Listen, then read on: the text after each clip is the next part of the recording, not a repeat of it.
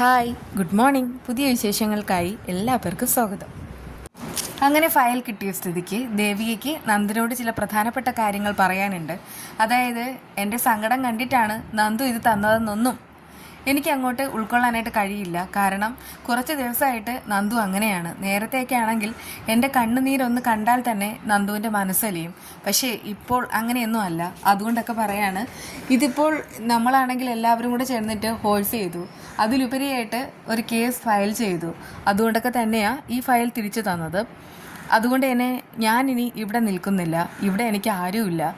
സത്യം പറഞ്ഞാൽ നിങ്ങളെല്ലാവരും ചേർന്ന് എന്തൊക്കെയോ സത്യങ്ങൾ മറയ്ക്കുന്നുണ്ട്. എന്നിട്ട് ഒന്നും അറിയാത്തതുപോലെ എൻ്റെ മുന്നിൽ അഭിനയിക്കുകയാണ്. ഇതൊക്കെ കണ്ടും കേട്ടും നിൽക്കാൻ ഇനി എന്നെ കൊണ്ട് പറ്റത്തില്ല. അതുകൊണ്ട് ഞാൻ പോവാണെന്നൊക്കെ പറഞ്ഞിട്ട് ദേവിക അവിടെ നിന്ന് ഇറങ്ങാൻ പോവാണ്. എന്നാൽ നന്ദനാണെങ്കിൽ യാതൊരു കൂസലും ഇല്ലാതെ നിൽക്കുകയാണ്. ദേവിക ഇറങ്ങിപ്പോയാലും തിരിച്ചു വരും എന്നുള്ള ആ ഒരു പ്രതീക്ഷ നന്ദനുണ്ട്. എന്നാൽ പ്രഭാവതിയും സിദ്ധാർത്ഥനും ദേവികയോട് പറയുന്നുണ്ട് ഇവിടെ നിന്ന് പോകരുതെന്ന്. ആ സമയത്ത് തന്നെ ദേവിക പറയാണ്, എനിക്കിവിടെ ആരും. അതെനിക്ക് 2 ദിവസമായിട്ട് മനസ്സിലായ കാര്യമാണ്. ഞാനിവിടെ കുറച്ച് ദിവസമായിട്ട് നേരി നടക്കുകയാണ്. ഒരു ഫയലിന് വേണ്ടിയിട്ട് ഇവിടെയുള്ളവരുടെ കാല് പിടിച്ചു. പക്ഷേ ഫയൽ എടുത്തു വെച്ച ആൾ തന്നെ ഫയൽ കണ്ടിട്ടില്ല, കേട്ടിട്ടില്ല, അതിനെക്കുറിച്ച് യാതൊരു അറിവുമില്ല എന്ന് പറഞ്ഞിട്ട് എന്നെ പറ്റിച്ചു.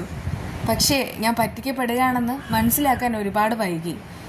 ഇതുപോലെയുള്ള കാര്യങ്ങൾ ഇനിയും ആവർത്തിക്കാം. അതുകൊണ്ടൊക്കെ തന്നെ ഞാൻ ഇവിടെ നിന്ന് പോവാണെന്നൊക്കെ പറഞ്ഞിട്ട് ദേവിക പടിയിറങ്ങാണ്. ആ സമയത്ത് സിദ്ധാർത്ഥൻ പറയുന്നുണ്ട്, മോൾ ഇവിടെ നിന്ന് പോയെന്ന് കരുതിയിട്ട് എല്ലാ പ്രശ്നത്തിനും പരിഹാരം ഉണ്ടാവുമോ?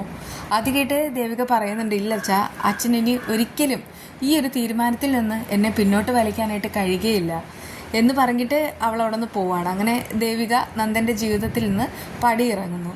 ആ സമയത്ത് തന്നെ സിദ്ധാർത്ഥൻ നന്ദനോട് പറയുന്നുണ്ട്, നിന്റെ ഈ നല്ലൊരു ജീവിതം കളഞ്ഞത് നീ തന്നെയാണ്. നിനക്ക് കിട്ടാവുന്നതിൽ വെച്ച് ഏറ്റവും നല്ലൊരു പെൺകുട്ടിയായിരുന്നു ദേവിക ഇവിടെ മരുമകളായിട്ട് വരുന്ന സമയത്ത് തന്നെ നിന്റെ അമ്മയ്ക്കും എല്ലാവർക്കും ഭയങ്കരമായിട്ട് എതിർപ്പായിരുന്നു. പക്ഷേ അവൾ എപ്പോഴും എന്നോടൊപ്പം നിന്നു. എൻ്റെ ഈ 2ാം ജീവിതത്തിന് കാരണം തന്നെ അവളാണ്. ദേവികയില്ലെങ്കിൽ സിദ്ധാർത്ഥന് ഇങ്ങനെ ഒരു 2ാം ജന്മം കിട്ടില്ലായിരുന്നു. നീ തന്നെയാണ് നിന്റെ ജീവിതം തകർത്തത്. എന്നെങ്കിലും ഒരിക്കൽ നീ അവളെ ഓർത്ത് കരയും. നീ ഇനി പോയി വിളിച്ചാലും അവൾ വരുമെന്ന് തോന്നുന്നില്ല. അതുകൊണ്ട് തന്നെ അവളുടെ പിന്നാലെ പോകാനായിട്ട് ഞാൻ പറയുകയില്ല. അങ്ങനെ നന്ദൻ ആദ്യം മുതൽ ഇതുവരെയുള്ള കാര്യങ്ങൾ ഓർക്കാണ്. എപ്പോൾ മുതലാണ് തൻ്റെ ജീവിതം ആടി ഉലയാനായിട്ട് തുടങ്ങിയത്? സത്യം പറഞ്ഞാൽ കെവിൻ വന്നതിന് ശേഷമാണ് ജീവിതത്തിൽ പ്രതീക്ഷിക്കാത്ത ഒരുപാട് സംഭവ വികാസങ്ങൾ ഉണ്ടായത്. അതിനു മുൻപൊക്കെ ഋഷി അമ്മയുടെ മാത്രം ശത്രുവായിരുന്നു. കെവിൻ ജീവിതത്തിൽ വന്നതിന് ശേഷമാണ് ഋഷി തൻ്റെ മാത്രം ശത്രുവായിട്ട് മാറിയത്. അങ്ങനെയാണല്ലോ താൻ കാരണം വലിയൊരു ദുരന്തം സംഭവിച്ചതും ദേവികയ്ക്ക് തൻ്റെ ജീവിതത്തിൽ നിന്ന് പടിയിറങ്ങാൻ കഴിഞ്ഞതും. അതൊക്കെ ഓർത്തിട്ട് നന്ദന് വല്ലാത്ത കുറ്റബോധമുണ്ട്. ആ സമയത്താണ് ഇസബെല്ലയുടെ മുഖം ഓർക്കുന്നത്. എല്ലാറ്റിനും കാരണക്കാരി അവൾ തന്നെയാണെന്ന് നന്ദൻ മനസ്സിൽ ഉറപ്പിക്കുന്നുമുണ്ട്.